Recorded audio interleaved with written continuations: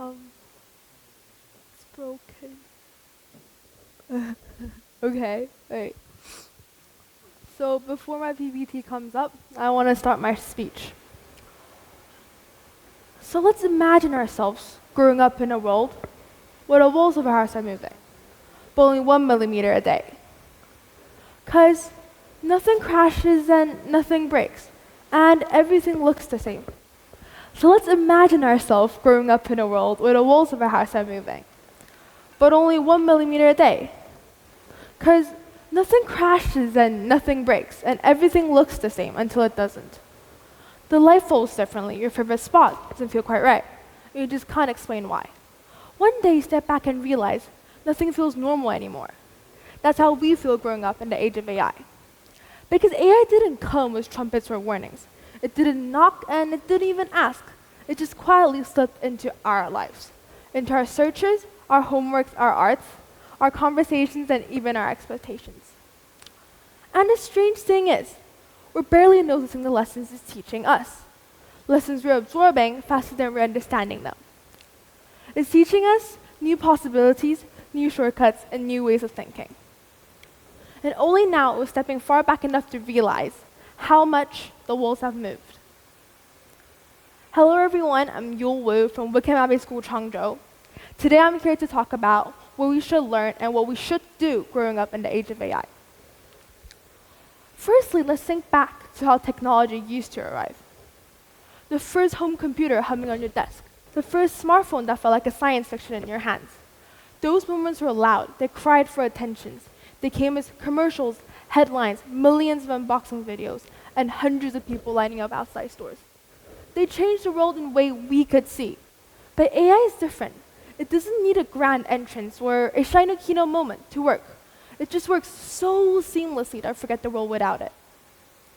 Because this all started slowly. We started from finishing our ducking mistakes, finishing our sentences in emails, recommending us songs before you even wanted to hear them. Suddenly, a level up. Drafting essays, composing music, generating art, analyzing data. Even offering advices, emotional, personal, and sometimes just existential. And the strange thing is, we're not realizing that AI is teaching us, shaping habits, instincts, and expectations, slowly and invisibly. It's teaching us to expect speed, to expect creativity on demand, to skip the struggle and go straight to the solution. So ask yourself honestly, when was the last time you did something difficult, not because you had to, but just for the sake of doing it? When was the last time you thought was a problem without outsourcing it? If you're gonna ask me the same questions, I can't remember. And if you can't remember, that's exactly my point. For most of history, being smart meant being the loudest in the room, having the answers first. If you could repeat it perfectly, you were smart.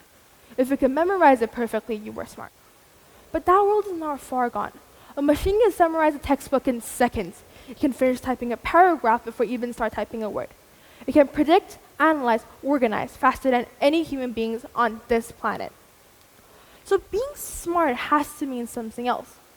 It has to mean asking questions that AI cannot. Questions about meaning, purpose, identity. Questions that answers that are not in a database. Questions that stretches us, that makes us uncomfortable. Because now, we need to realize that being smart is not about perfection. Because now the AIs, the machines, are flawless, but we can be wise, humans can be wise. Wisdoms come from reflection, from experience, from noticing what others don't. From standing in the gray space between what is and what should be. Being smart now is about asking questions. Questions that makes us uncomfortable. Questions that challenges our assumptions. It's about realizing that life is not a problem to solve, but a story to live. Being smart is about courage. The courage to think differently, the courage to think deeply, the courage to challenge what everybody else assumes is normal. Being smart is about moral imagination. For empathy for people we're never ever going to meet. For taking responsibility of our actions that can ripple far beyond ourselves. Because this is our advantage and this is our responsibility, because this is what smart should mean in a world where a machine can't outthink us. This is a new definition of smart, and this definition begins with us. It begins with curiosity, care, and courage. It begins with asking, what kind of world do you want to build? What does it mean to have a good life? How do you act when no one's watching? Because right now, intelligence is no longer about speed, no longer about facts, and no longer about recall. Intelligence is about insight. And this is a new definition of smart. And this definition belongs to our generation. If the definition of smart is shifting, the lessons we have to learn have to shift too. We need to learn the things that AI cannot intimidate and AI cannot automate. Here are the 3 lessons we should teach ourselves: slowly, intentionally, and deliberately. 1. Learn the skills that AI cannot replace. AI can give you millions of advice, but it can't understand consequences. It can give you, it can mimic emotion, but it never experience empathy. So we need to learn the human skills. Patience, the kind that grows in depth, not speed. The kind that only grows in silence, in focus, and long hours of work. Resilience, the kind that also grows in depth, not speed. The kind that pushes you forward when nothing's guaranteed. Ethics, the ability to choose right over easy, even when the easy path seems very tempting, even when no one's watching. Creativity spark, not the output but the origin, not what you make, but how you make it. The sudden flash of curiosity of what if and what could be. And of course, curiosity, the messy wondering kind that leads you somewhere unexpected. The kind that refuses the present as an answer. 2. Learn to stay human in a less human world. This is the hardest lesson because it requires us to slow down in a world that keeps speeding us up. It means choosing process over convenience, struggles over shortcut, and presence over efficiency. It means stepping back, making space for your own thought, reflection, and for pause. It means remembering that effort is not a flaw in the system. It's the point.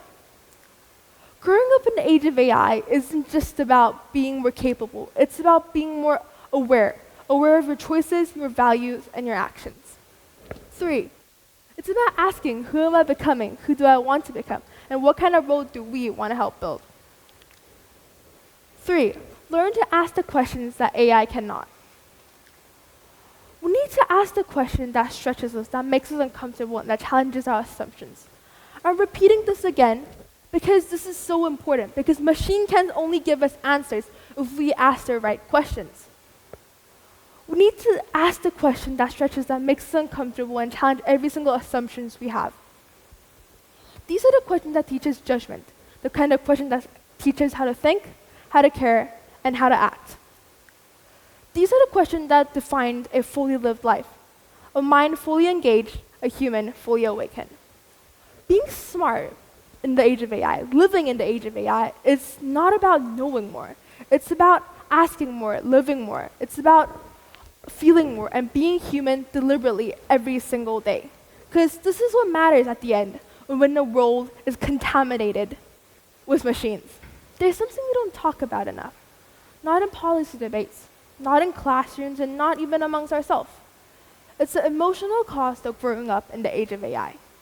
Because while AI becomes more polished by the seconds and makes perfect output seems a lot easier, it also raises the bar for what's good enough. If AI can draft the perfect essays in a second, what happens to your imperfect first draft? If AI can draw a type of art that you've been practicing for years, what does happen to all your efforts that you put into it?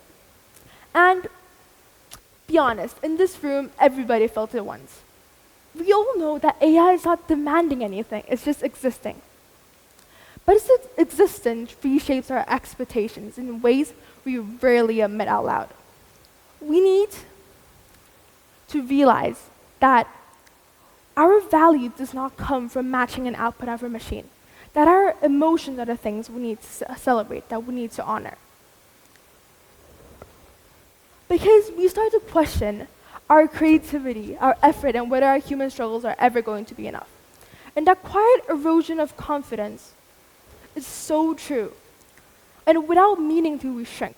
Not because we're less capable, because we're really intimidated. But recognizing that's the first step. The first step of taking ourselves back.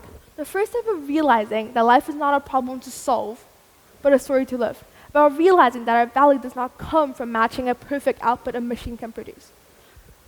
Because AI is changing us. It's AI challenging us to compare ourselves to the most polished output a machine can ever produce. The future of AI isn't just something that crashed on us in 10 years, in a decade. It's something that we shape by the choices we make today. We get to decide if AI becomes a crutch or a catalyst. It expands our imaginations or narrow it. It erases human effort or shows what human effort truly is. And human effort is the things that matters the most to us. And we need to realize that AI is not the main character of our story, is it? We're the only main character of our story, and we're writing our own story. So the question isn't what will AI become? The question is what will we become in a world AI exists? Will we let convenience erase curiosity, speed erase depth? Or we decide, intentionally and boldly, to stay human in places that matter the most?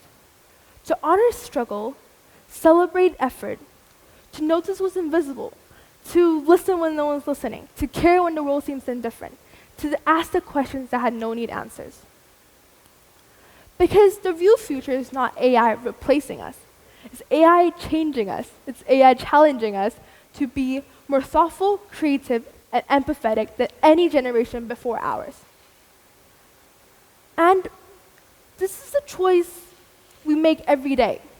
And this is a challenge we face because we're not learning to work with AI. We're not learning to study alongside AI, but we need to learn to live with AI.